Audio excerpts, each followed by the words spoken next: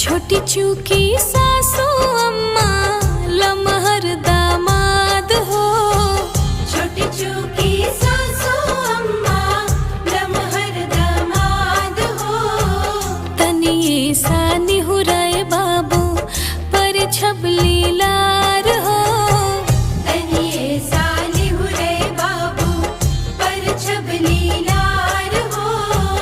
तनिए सा निहुरे बाबू। जनकपुर के गलिया में भीड़ बारी यार हो।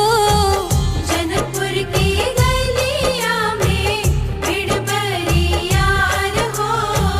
परिछेली सासू अम्मा टीके लीलार हो। परिछेली सासू अम्मा टीके लीलार हो। परिछेली सासू अम्मा